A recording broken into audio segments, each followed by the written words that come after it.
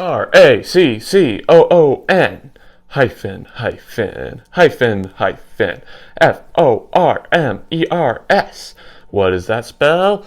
Raccoon-Formers, yeah! Raccoon-Formers, the YouTube channel for all of your Transformer needs.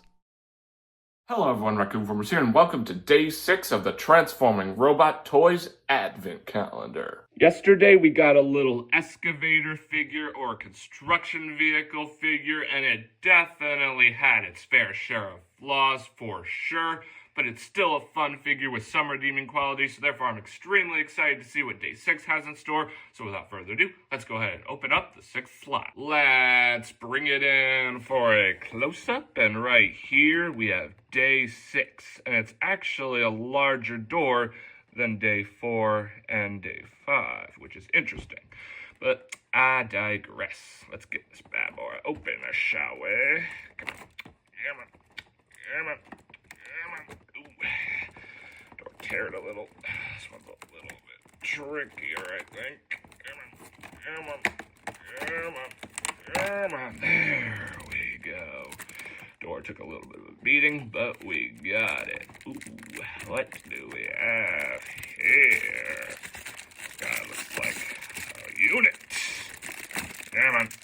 Ooh, we have some army vehicle of some kind. I'll be right back. I'm gonna go figure out how to deal with this guy off camera. Alrighty, everyone. I officially figured out how to deal with this pretty massive figure here, so it's now time to take a look at its details. Let's bring it in for a close-up. And when I say that this figure is definitely one of the massivest ones I've taken a look at, I mean it. It's definitely the biggest apart from the Bumblebee knockoff, and it's definitely pretty detailed, I'm not gonna lie. We have a bunch of cannons here, or barrels right here. 1, 2, 3, 4. Super darn cool. We have a lot of wheels here. 3 on this side. 1, 2, 3. 1, 2, 3. So 6 in total. We have this texture here, which I feel like is supposed to be a window of some kind. It just would have been nice if it was painted. There's a little bit of kibble underneath, but it's definitely not that big of a deal. What is a big deal, however, is the fact that they did a terrible job of hiding his feet. But this figure doesn't really have a lot of engineering, so I can forgive him for that. But what's also cool is if you lift this up, you have some cool detail in here, which I feel like is supposed to sort of resemble a missile launcher with a lot of dots in here. I'm not going to count that. We also have this cool little bit right here on the front. These, I think, are supposed to be headlights of some kind, and I'm not entirely sure what this is, but it looks pretty cool.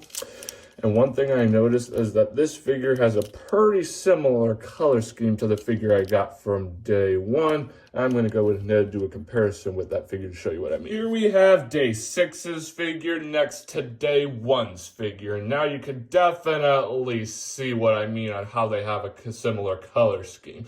They're both decked out in yellow and red. Day 6's figure obviously has more red than Day 1's figure, but they do have a pretty similar color scheme. It would have been nice if they changed up the color scheme a little, but it's definitely not that big of a deal, and these two guys look pretty nice together, I'm not gonna lie. And another comparison I have is him next to Studio Series Brawl, and the reason why I actually brought him in is because of how much weaponry Day 6's figure has, and that can definitely also be said about Studio Series Brawl. So I figured it'd be cool to do a comparison with these two guys, and they look pretty good together, I'm not gonna lie. And one more thing that's cool that you can do with the vehicle is actually move the missiles however you choose. So now it looks like he's like firing one after the other because one is more forward than the other, or you can bring them both forward like this. And yes, they do come out, and the arm comes off as well. But it's definitely an option to show him looking like this, like he's shooting both at the exact same time. Just if you do that, you have a tendency of accidentally knocking off the arm, but it does go back on nice and neatly. That's just something you have to keep in mind, but it is still pretty cool how you're able to actually deal with these missiles.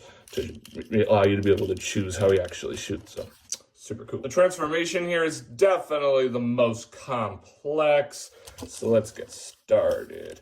First, you can actually fold this leg section down, but it's super loose, so it probably will go down on its own. You probably saw that when I was talking about how you can deal with the missiles. You can fold the arms out like this, and then this is where it really becomes an issue. This backpack doesn't really do anything, it just sits there. It does have the ability to come off like this, and it's almost only possible to actually get the arms dealt with if you actually remove it. I've tried. It is possible to actually do it with the pack staying on, but it definitely is extremely tricky. So for the purposes of this video, I'm going to set that off to the side for the time being. And then you can come here to the arms, rotate them that way. It's definitely not fun to do that when they continue to pop off constantly. So you can just come here and do that on the exact same side. They're also super tight as well, which makes things a little bit more challenging. Now you can bring this pack back in. I guess fold that out if you want to give him a cool look. And that's pretty much it, I think. Yeah. Maybe if you want, you can put the arms out on a little bit of an angle like that if you want. But yeah, this is definitely a terrible looking robot mode, but it's a robot mode nonetheless, and the transformation is complete. This figure's vehicle mode is definitely pretty cool, but his robot mode is absolutely awful, if I am being honest. It doesn't really stay together at all. And I definitely don't like how you have to remove the backpack in order to successfully do the transformation, but let's take a look at some of his details anyway. Let's bring him in for a close-up. Let's start with that mug of his. I don't think this figure is a knockoff of any Transformers character because that face doesn't really remind me of anything, but the face is decked out entirely in red, so it really is honestly kind of hard to tell. I mean, seriously, you could have chosen some different colors for the eyes, the mouth, and stuff like that, but they did not, unfortunately. His arms look decent, but there's not really much to say there. His legs are fine as well. They just tie terribly in vehicle mode. And I definitely don't like how he looks so much taller than he actually is able to when he's like this, but when you set him down, he shrinks.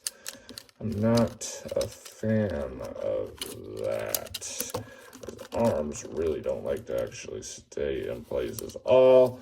And he doesn't really like to stand up either, and really just stands up on an angle. So, yeah, this guy's robot mode is not good. But let's go ahead and compare him with Day 1 figure's robot mode. Here we have Day 6's figure next to Day 1's figure once again. And the difference between these guys quality-wise is night and day. Day 1 figure's robot mode is a gazillion times better than Day 6's robot mode. Although I just noticed that both of them share a similar issue. Their faces are decked out in one color, and when it should have been decked out in more colors. And both figures' faces are decked out in the same one color, red. So yeah, that's definitely quite interesting. And this comparison is pretty good because it shows how terrible this guy's robot mode really is. And here we have Day 6's figure next to Studio Series Brawl as well. And the reason why I changed my camera format around is because I needed more space, as you could probably see, because Brawl is extremely large. And this figure right there is extremely small. And you can definitely see that Brawl is also a gazillion times better than this guy. And he just fell over, which I think proves my point pretty decently. But this comparison is still pretty good because it, once again, shows how terrible this guy's robot mode really is. This transformation back is once again extremely complicated, but I'm going to try and do it without removing the backpack this time, so that way I can try to show you how you can actually get it done. You can fold that down, and then you can basically fold this up and start folding the arms in like this. And then you can rotate them this way and just hope that they don't pop off. So far, so good. Yes. Oh, wrong way. Come on, you. Come on. Come on. There we go. And then if you get them in the right position, you can fold them in like this, and then you can just shimmy the legs back up. I definitely wish he was able to be this tall, but obviously since the legs are so loose, that isn't able to happen. But yeah, shimmy that in, and cool. I did it without having to remove the pack. So you have the option of being able to remove the pack like how I did when I got into robot mode, or you can do what I just did in order to actually transform them without removing the pack. The choice, as they say, is yours.